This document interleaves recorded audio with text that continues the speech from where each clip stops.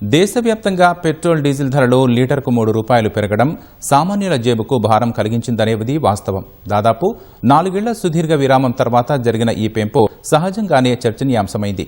అయితే ఇరాన్ యుద్ధం మొదలయ్యాక ప్రపంచ దేశాలతో పోలిస్తే భారత్లోనే పెట్రోల్ ధరల పెంపు స్వల్పంగా ఉంది.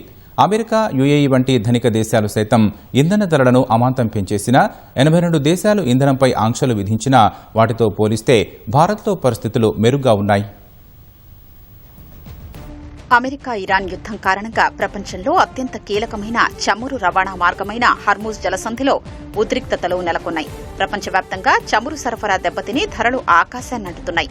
ఇరాన్ యుద్దం మొదలయ్యాక యుఏఈలో 52%, అమెరికాలో 44% మేర ఇంధన ధరలు పెరిగాయి. అనేక దేశాల్లో ఇంధన ధరలు 20 నుంచి 90% ఎగబాకాయి. ప్రపంచవ్యాప్తంగా దాదాపు 82 దేశాలు ఇంధన వినియోగంపై అత్యవసర ఆంక్షలు విధించాయి. రేషనింగ్ పద్ధతిని అమలు చేస్తున్నాయి. కానీ భారత్ ఈ భౌగోళిక రాజకీయ సంక్షోభాన్ని అత్యంత వ్యూహాత్మకంగా ఎదుర్కొంది. ఇంధన ధరల్ని కేవలం 3 నుంచి 3.5% మాత్రమే పెంచింది.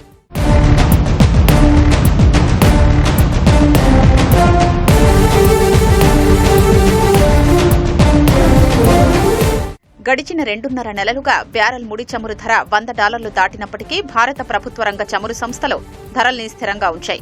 భారత్ తన చమురు అవసరాల్లో 80 నుంచి 85% దిగుమతులపైనే ఆధారపడుతుంది. అంతర్జాతీయ మార్కెట్లో ముడి చమురు ధర $10 పెరిగితే మన వార్షిక దిగుమతి బిల్లు సుమారు $13 నుంచి $14 బిలియన్ పెరుగుతుంది.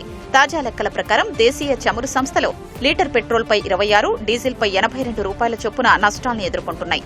ప్రభుత్వ సంస్థలు రోజుకు దాదాపు 1000 కోట్ల నష్టాన్ని తమ భుజాలపై వేసుకుని ప్రజలపై భారం పడకుండా కాపాడాయి. మార్చి 27న భారత ప్రభుత్వం పెట్రోల్, డీజిల్ రెండింటిపైనా ఎక్సైజ్ డ్యూటీని లీటర్కు $10 చొప్పున తగ్గించింది.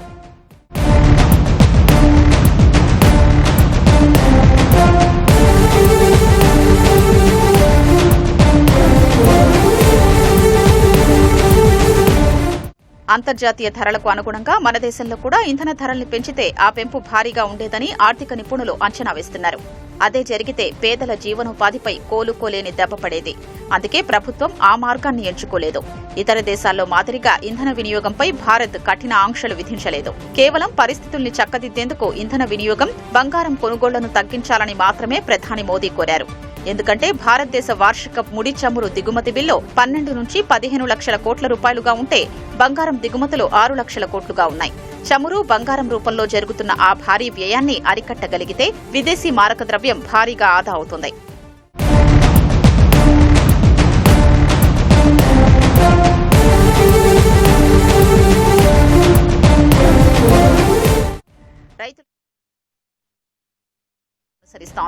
వాస్తవానికి ₹2,200 విలువ చేసే ఎరువుల బస్తాను భారీ సబ్సిడీల ద్వారా రైతులకు కేవలం $242కే అందిస్తోంది. నానో యూరియా వినియోగాన్ని ప్రోత్సహించడం కూడా ఇందులో భాగమే.